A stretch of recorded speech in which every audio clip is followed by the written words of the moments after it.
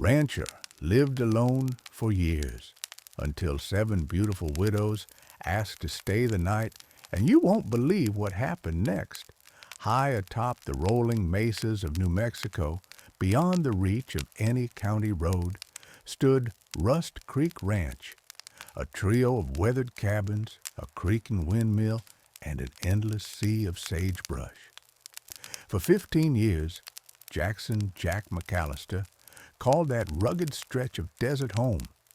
He had carved his life out of the land with nothing but a battered Stetson, a pair of worn chaps, and stubborn grit. Each dawn, Jack rose before the sun, milking his lone cow, stacking split firewood, and scouring the horizon for rustlers. His only companion was Dusty, an aging border collie whose muzzle had gone white with age.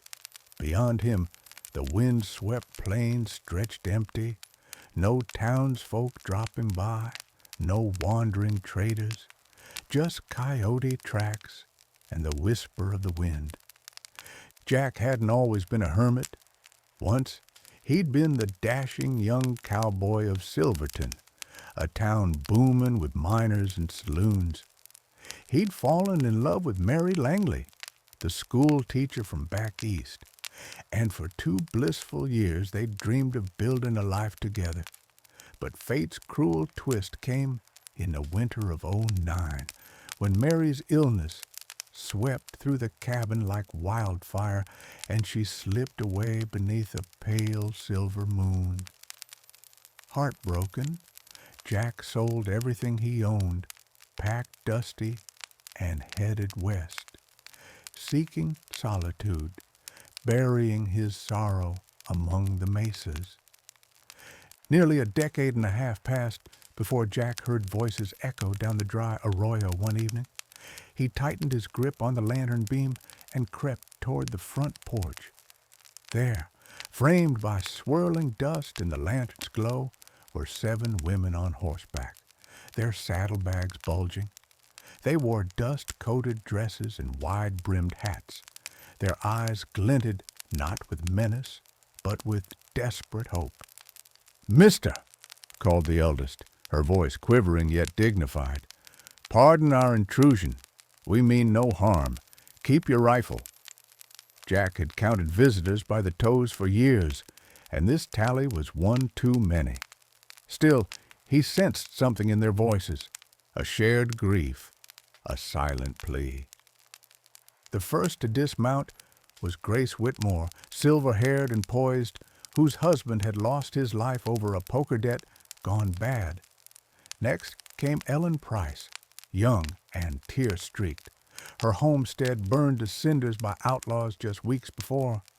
Mabel Hayes followed, matronly and strong, 2 small children clinging to her skirts. Clara Ruiz, with eyes shining like obsidian, rode in quietly, the first of the Mexican widows bold enough to travel so far north.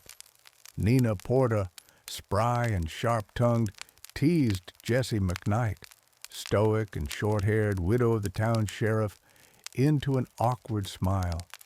Last came Lydia Lil Dawson, who searched the horizon for the cowboy's sweetheart who'd vanished on the Santa Fe Trail. They asked, simply, "Mister, could we stay tonight? Our horses are spent, and the desert chills kill." Jack's usual answer, "Be on your way," caught in his throat. Outside, Dusty whimpered, as if urging his master to show mercy. "All right," Jack said at last, his voice rough as gravel. "There's room in the bunkhouse. You cook your meals, tend your own fires, and be gone come sunrise." Relief washed over their faces as they led weary horses through the gate. Inside the cramped bunkhouse, 3 narrow beds, an old wood stove, and dust motes dancing in lamplight, the women set about making a home for the night. Mabel tucked her children beneath a scratchy quilt, while Grace murmured a prayer. Nina coaxed laughter from Jessie with a wry remark about sheriff's badges and broken jail doors. For the first time in years, Jack's ranch echoed with the warmth of voices, the clinking of coffee cups, and the soft murmur of shared stories. By midnight, Jack couldn't sleep. He paced beneath the stars, their brilliance stretched like spilled milk across the sky. Questions twisted in his mind. Was it foolish to let strangers into his carefully guarded life? Could grief be shared and perhaps eased? In the hush, he realized his heart felt less empty than it had in years. But desert nights hold secrets, and the dawn would bring surprises that neither Jack nor his 7 guests could foresee. Dawn cracked pale and fragile over Rust Creek Ranch, and Jack roused before the others. He stepped out to inspect the barn, found horses fed and water trough nearly empty.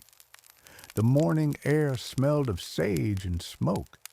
Somewhere down the arroyo, a thin ribbon of dust signaled a rider approaching. Back in the bunkhouse, the women stirred.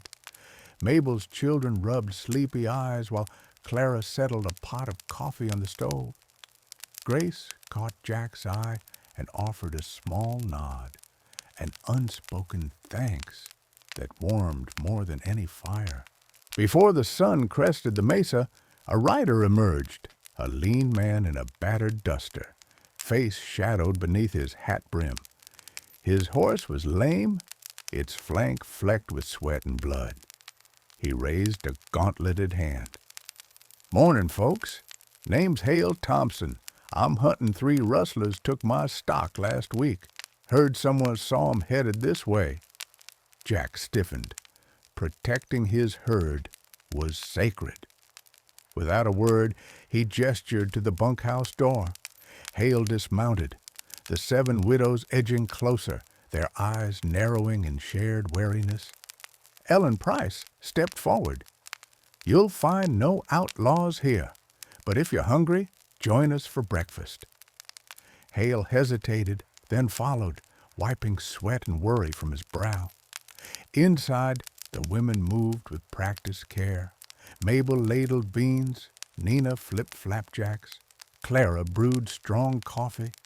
Hale's tension melted as he ate and talked, revealing he'd lost his brother, one of the rustlers, to a grudge that turned lethal, leaving him torn between vengeance and duty.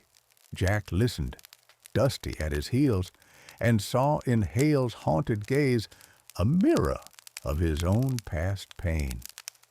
After breakfast, the widows offered to mend Hale's saddle and tend his horse. While they worked, Jack and Hale talked quietly by the windmill. Hale admitted he'd come in anger. Hunting kin felt wrong, but letting the rustlers roam meant more tragedies. Jack placed a steady hand on Hale's arm. "I'll help you track them," he said, "but leave vengeance to the law." As the sun climbed, the 7 widows finished their work and mounted, each ready now not just to leave, but to ride with purpose. Grace adjusted Hale's saddle straps, Clara repacked his provisions, and the others rallied behind Jack and Dusty. Together, they set out across the mesa, a ragtag posse of hearts broken and healing, bound by loss and driven by justice. Clouds gathered on the horizon, a dust storm blooming like a beast stirred to life. Thunder rumbled distant. In that charged silence before the storm hit, Jack realized that letting these women into his home had changed everything. He would no longer ride alone. They crested the ridge just as the dust storm hit, wind whipping grit against their faces, turning day into a swirling haze of brown. Jack lifted his hat brim against the gale, shielding his eyes as the 7 widows huddled close, their skirts and scarves snapping like flags in the tempest. Hale Thompson strained ahead, following fresh hoof prints that cut through the churned ground toward a narrow canyon. As they plunged into that rocky throat, the wind subsided, but the air tasted of danger. Spent bullet casings lay half buried in sand, and the carcass of a stolen mare lay nearby, its ribs bleached white. Grace Whitmore's hand shook as she scanned the cliffs above. "They're up there," she whispered, voice taut with sorrow and steel. Jack signaled for silence, and they moved in two groups. Jack, Dusty, Ellen, and Mabel on the left flank. Hale, Grace, Clara, Nina, Jessie, and Lil on the right. Each woman carried a small pistol or rifle Jack had lent them, bands of determination linking their fingers to triggers. When the first outlaw, a gaunt man with a scar across his cheek, peered over a boulder, Jessie's shot rang out, the echo ricocheting like thunder. He yelped and dove back, clutching his wounded arm. Clara, blazing with righteous fury, sprang from cover and advanced, her own revolver blazing in tight, precise bursts. The outlaw crumpled, and the others froze, staring at the red bloom on the rock. Two more rustlers burst from a side crevice, guns leveled at Jack's group. Nina scooped up a handful of gravel and flung it at one, distracting him long enough for Mabel's boy, eyes wide, heart pounding, to tackle the man's legs. Dusty lunged, teeth bared, forcing the second outlaw to drop his rifle. Jack and Hale converged, handcuffing both as the rest of the women surrounded them, eyes flashing with triumph and relief. In the sudden stillness, Jack felt something shift deep inside him. The ranch's emptiness, its silence, its loneliness, had been filled by courage, by loss, transformed into purpose. He looked at each of the women, Grace's steady gaze, Ellen's proud chin, Mabel guiding her children back to safety, Clara's fierce smile, Nina's triumphant laugh, Jessie's fierce calm, Lil's bright tears of joy. Hale lifted his wounded brother's pistol, now empty, and nodded in gratitude. "Justice done," he said, voice hoarse. As they bound the outlaws together, the windstorm's eye passed overhead, sunlight slicing through the canyon like a promise. Jack knew this night would change them all. Side by side, they emerged from the canyon carrying not just prisoners, but a newfound kinship. 7 widows and a rancher, no longer alone, united by hardship and hardened by hope. They rode back toward Rust Creek Ranch under a sky bruised purple by sunset, the air carrying the tang of sage and victory. The outlaws, hobbled and silent, trailed behind in a rough chain of ropes Jack had fashioned, their heads bowed not only to the ropes, but to the quiet authority of 7 determined widows. As they crossed the windmill's shadow, Jack waved Dusty forward. The old dog barked once and settled at Jack's feet, as if greeting a family newly formed. Grace lifted her chin, scanning the cabins in the golden windows, and for the first time Jack saw not strangers, but stewards of the land he'd once thought beyond saving. Mabel's children giggled as they chased each other around the corral, while Clara and Nina led the prisoners past the bunkhouse, their courage unmasked in gentle smiles. Jessie and Lil helped Hale inspect the rusted shackles, making a plan to hand the rustlers over to the local marshal at Silverton come dawn. That night, the bunkhouse was alive again with chatter and laughter, richer and freer than the cautious camaraderie of their first meal. Over mugs of coffee and stew, each woman shared her plans. Grace would teach Dusty new tricks and write letters to her nieces. Ellen resolved to rebuild her burned homestead with Jack's help. Mabel began mapping out a small school for her children on the ranch's edge.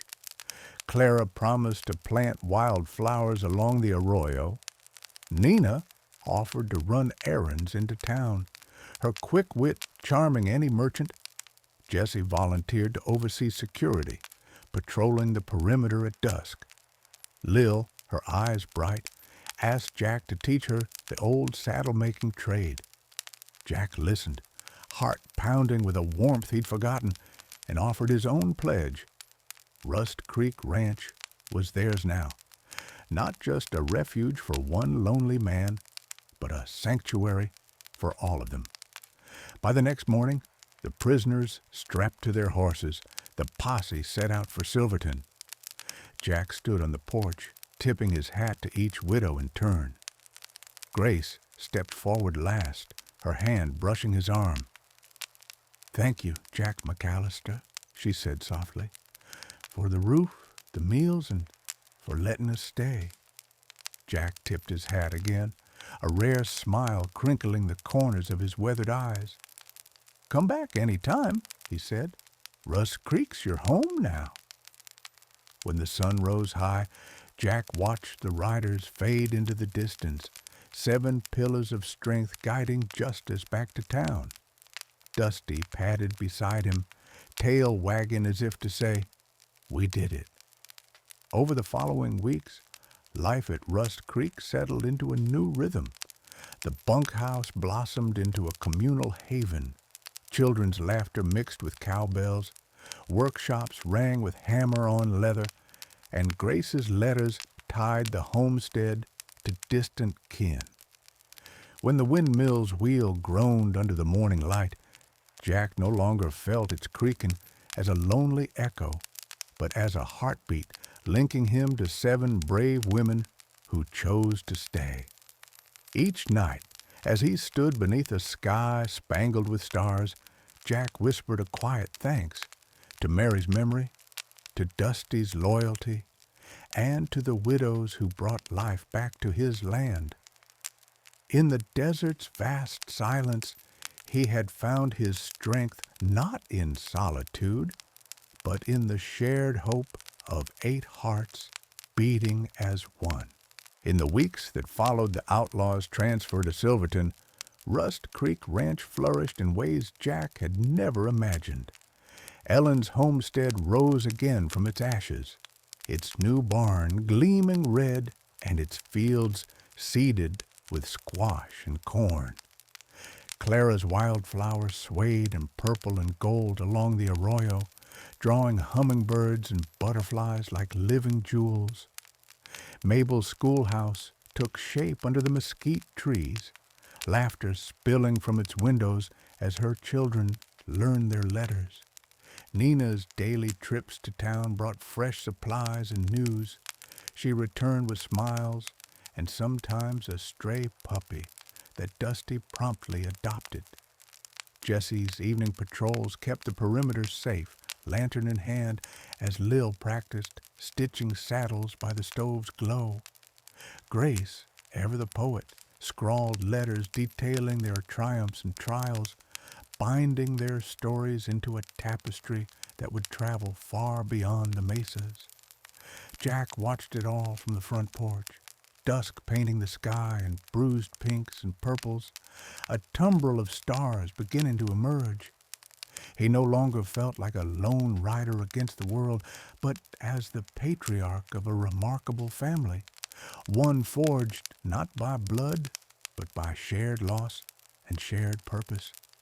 Dusty lay curled at his feet, sighing contentedly, and Jack reached down to scratch the old dog's ears, a grin breaking across his face for the first time in years.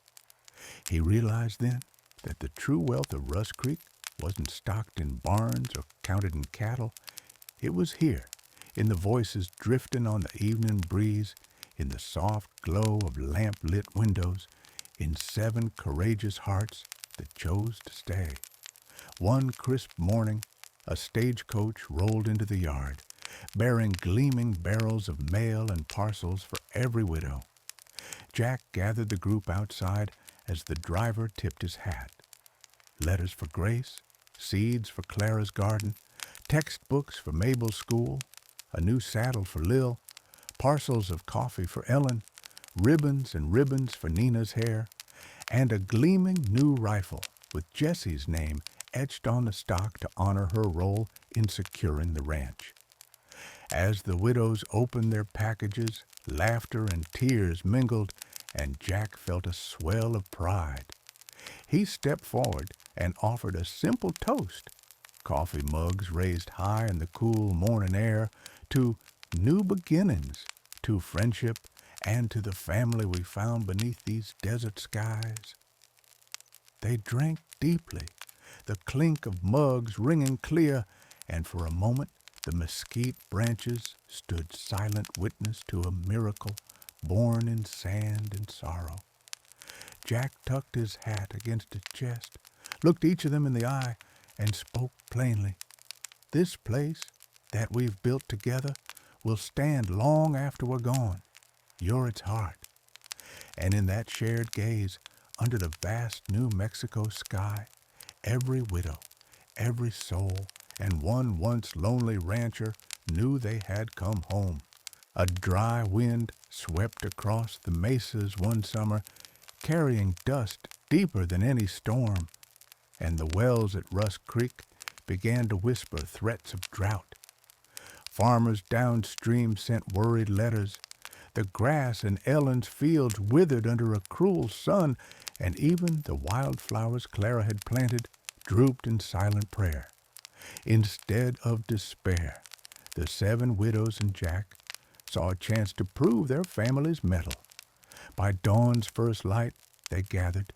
Grace, with her carefully transcribed weather notes, Nina clutching maps of old irrigation ditches, Jessie ready with her lantern and shovel, Lil sharpening tools, Mabel rallying her children to carry buckets, and Clara humming reassurance as she rolled up her sleeves. Jack barked orders, dig here, clear that runnel, and Dusty bounded between them, urging them on.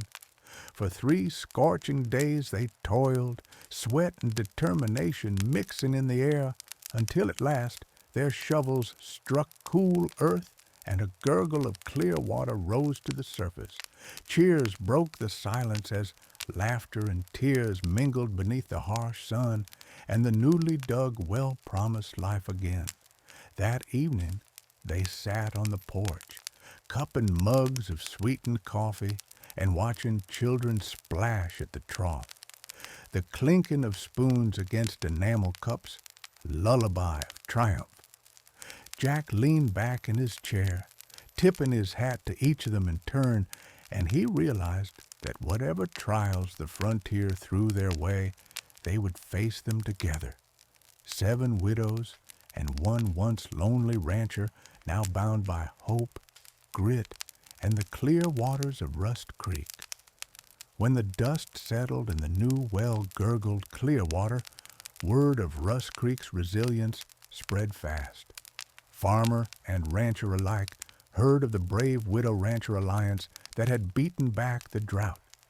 So it was that one blistering afternoon, a sleek, dark carriage rattled up the lane, its polished wheels gleaming in the sun.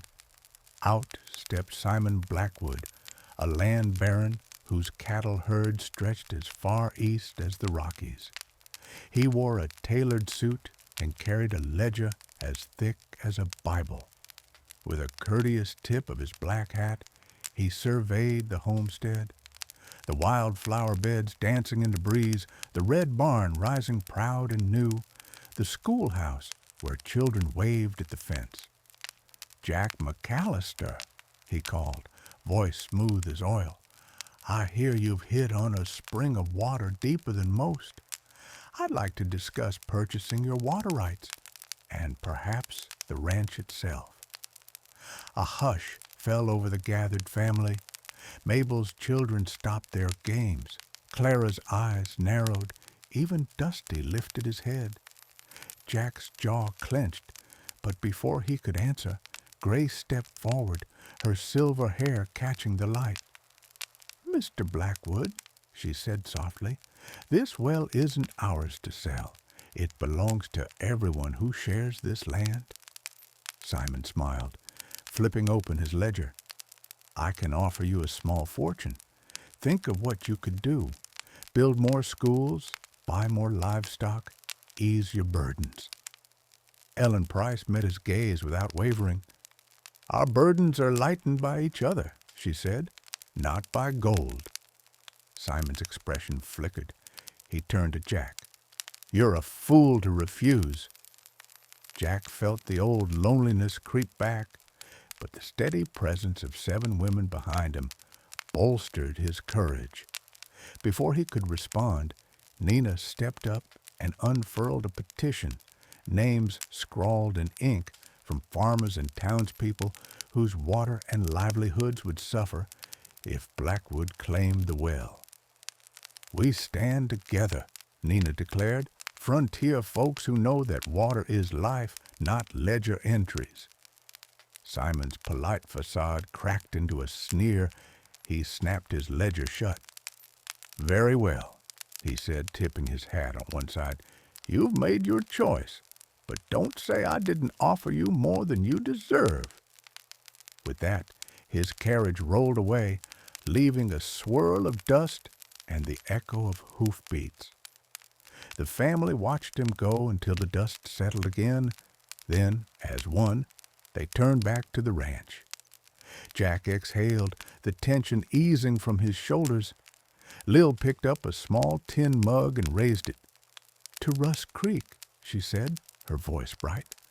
May no stranger ever buy what we defend together. Laughter and cheers echoed among the cabins as the sun sank low, and Jack realized that no amount of gold could buy the sense of belonging they'd earned.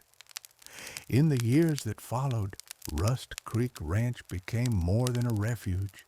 It was a legend on the frontier, its story carried in every wind gust and every grain of sand. Travelers seeking work found steady hands among the widows. Orphans made homes in Mabel's schoolhouse.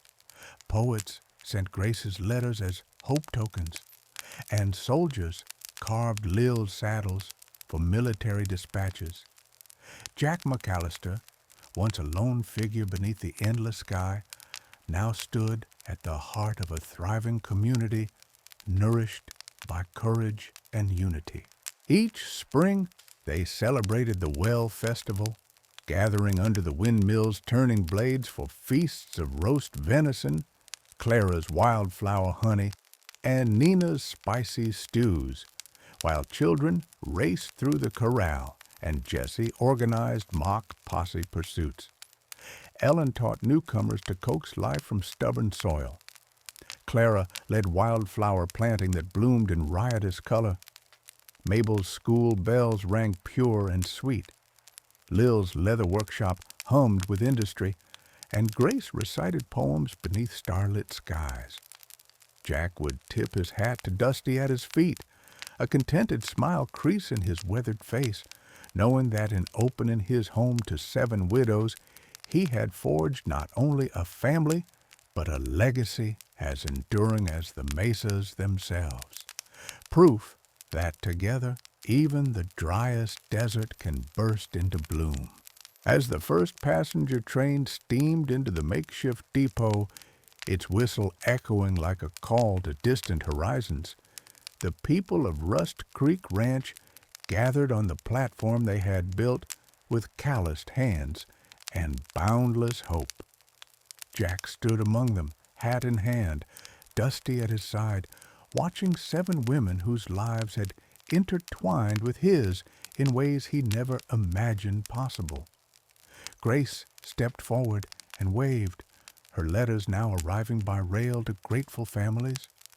Ellen guided the cattle cars that would carry the herds to new markets. Clara's wildflower seeds rode in freight cars, destined to bloom along tracks far beyond New Mexico. Mabel's school children peered wide-eyed at the iron beast that carried knowledge, and by extension, opportunity, across the frontier. Nina directed shipments of provisions to settlers. Jessie saluted each engineer on patrol, and Lil presented the station master with a saddle she stitched in her workshop, its leather embossed with the Rust Creek emblem. When the train came to a halt, the door whispers opened onto a world that had often seemed out of reach. passengers stepped down into the bright morning, greeted by the laughter of children, the fragrance of sage and flowers, and the steady hum of community. Jack looked at the faces around him, weathered, joyful, determined, and realized the most extraordinary journey they had undertaken was not measured in miles, but in moments. The night they sheltered together, the canyon ambush that forged their courage, the drought they conquered with shared sweat, the land barren they confronted, and the rails they shaped to their own design. Each trial had woven their stories into a single tapestry, one stronger than solitude and richer than gold. As the whistle blew again and the train prepared to depart, Jack tipped his hat at the gathering, a gesture of gratitude and farewell to what had been, and anticipation for what would come. Grace pressed a letter into his hand, the ink still fresh with promise. Ellen handed him a vial of Clara's flower honey. Mabel's children waved coloring pages they had drawn of the windmill. Nina slipped him a newspaper clipping about the new trade routes. Jessie tucked a polished moonstone found in the canyon into his pocket, and Lil hugged him, her saddle-making shears glinting like a badge of honor. The train lumbered forward, carrying voices, goods, and dreams into a bright and uncharted future. Jack stood on the platform, Dusty at his heels, as the iron wheels faded into the distance. He turned to face the homestead, 7 cabins framed by mesas, 7 hearts who had transformed his life, and breathed deep, the desert air humming with possibility. In that moment, Jack understood the meaning woven through every sunrise and every starlit night. No man is truly alone when hope is shared, no land too barren when it is tilled by many hands, and no horizon out of reach when friends stand by your side. Rust Creek Ranch would endure, not as a home of one lonely rancher, but as a testament to 7 widows and a man whose choice to open his door became the foundation of a legacy more enduring than stone or steel. And under that vast New Mexico sky, their story rode the rails of tomorrow, carried in every whispered wind and every turning wheel, a legend born of loss, but defined by love, resilience, and the unbreakable bonds they forged together. As the train's whistle faded into the distance, Jack tipped his hat, Dusty at his side, and turned toward the homes built by 7 brave widows, whose laughter and tears had forged a family stronger than steel. Rust Creek Ranch stood bathed in the golden glow of sunset, its windmill creaking a gentle song of hope. Jack breathed deep, knowing this land, once lonely and silent, now thrived with shared dreams, memories, and unbreakable bonds.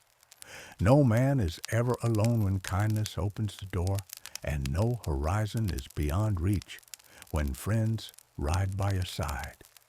Thank you for joining this Western bedtime journey.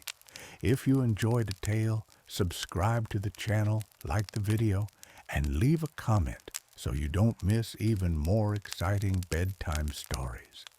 Sleep well, and until next time, may your dreams roam free under starry skies.